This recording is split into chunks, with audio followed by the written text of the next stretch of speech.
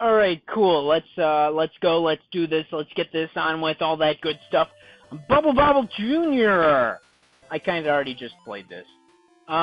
So, Bobble, our village friends have been captured by the evil King Great Skal. Bobby, please rescue them. Good luck! Okay, so, gonna do the damn thing. Actually, I just got an interruption call from AT&T before I even started this video, so I guess it wasn't too much of an interruption. So, you know, just a call to let me know, like, automated shit, oh, blah, blah, blah, your shit's gonna be online soon. So every once in a while I'm checking, I'm still not online, it appears.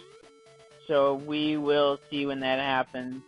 Apparently, they're gonna be cutting off the phone for a little bit, or doing something for maintenance. Big deal, that's cool. Hopefully they don't have to come to the house, and hopefully everything's operational, and hopefully I don't have to use these stupid fucking phone filters either. So, we're gonna see how that goes. And as long as my modem works straight too, I'm hoping so. Otherwise I don't see any problems that's gonna be happening at all. But, let me see, as I was mentioning in the last video, I got kinda cut off, you know, because I keep going on about it. Like, you know, rap music, now they glamorize the gangster rap lifestyle, and, you know, influence children who are easily influenced by music, especially like that. Yes, it's gonna happen. You can say it's just music, it's just entertainment. But you still have to consider, yes, it does have that effect. Even over the years, like, you see these Juggalo kids thinking it's cool to be talking about raping and murdering other people. Now, in the aspect of population control, I see nothing wrong with that. But, you know, yes, it is an entertainment to an aspect, but a lot of them kids are still highly influential. Shit, it's almost to the point that these motherfuckers are brainwashed, alright? You know, I used to be into that shit myself. I used to be all super juggaloed out. So I'm definitely knowing where that's coming from. I'm looking at how I used to be when I especially talk about that. So I definitely, like, in the aspect of talking about it, I definitely feel I'm very qualified to talk about that kind of shit. Then I know what the fuck is up with that, alright? So, music and its influence. Now, if you're gonna listen to gangbang shit, now it's understandable, yes, they're influenced. And yes, of course, it was already going on before the music even came around, alright? Yes, that's no doubt about it. I do look into it.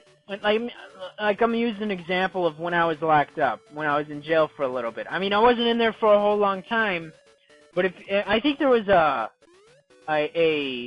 study done where they surveyed, you know, a certain amount of inmates or something, and like 70-something%, I think it was like 75 or 76%, attested to the reason, you know, they got in trouble was because of rap music. You know, so, I mean, the numbers are there if you're looking into it. I'm sure that study can still be found somewhere. I forget where it's been. I forget the specific search terms. This had to be like at least a year, 2 years ago, maybe even 3 years ago now, I saw that study. So, I mean, definitely the numbers are there. The proof that it does have the influence out there. And like I'm saying, in relation to my observations when I was in jail, when I was locked up, of course, this is already happening without the music. Cause like, when I'm just observing this guy, he's actually younger than me. He looks older than me. I was expecting to be like 28, 29. This dude was 22. And he's talking about how his dad, his uncle, his granddad, they were all in this G shit. And pretty much, he had like 4 uncles. One of them's locked up. One of them's dead. And one of them has been gone missing since however long, and they just suspect that he's dead. So, and you know, as far as grandparents go, both of them were dead because of their gang lifestyle. His mother was a hood rat, so you know he has several siblings. Two of them which were dead. One was locked up. I don't remember if he was locked up at the time. But I know they all had criminal records as far as that was talking about. He said mostly his criminal records, you know, in the past however many years, it was mostly marijuana charges. So it wasn't so much more G shit, but you're still dealing with that shit. Drugs is drugs, alright? I don't give a fuck. Say it's plants. One more time, I dare you. It's gonna alter your state of mind. It's a drug, alright? So, what was I going on with that? But you know what? You're gonna, yes, that shit was going on long before the music came along.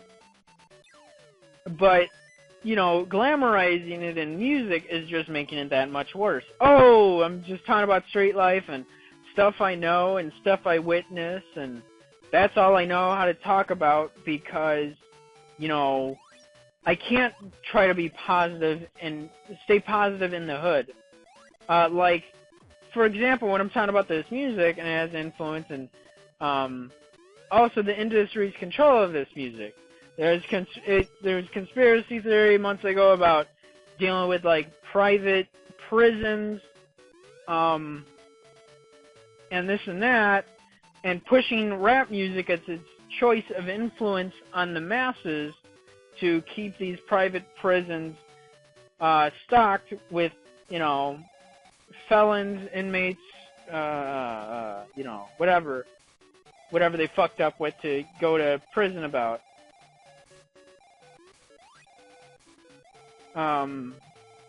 But, and even outside of that, you know, motherfuckers are still gonna fuck up, so.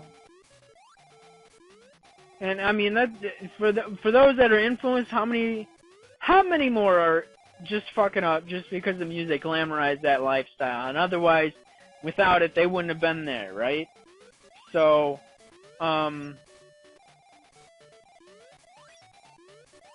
let me see. There's something else I want to touch on real quick, but I'm coming to an end, and I really don't want to miss it, because I can really wrap that part up right there. But I mean, what if these people were listening to some positive music, some positive hip-hop, or just something outside of it, something that doesn't influence that kind of shit? So, I mean, that doesn't help at all. Like, I mean, what if these people are listening to, rather than, I don't know, whatever, Lil Wayne or whatever stupid rappers push that shit, what if they were listening to De La Soul, or A Tribe Called Quest, or, you know, rappers that ain't about that life type shit.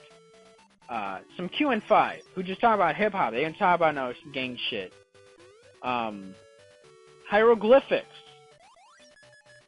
You know, especially if you listen to At the Helm, if you want to hear some shit that's not some straight gangsta shit, positive shit, like get up off your ass, you know, do something about your life, there you go. Hieroglyphics, At the Helm.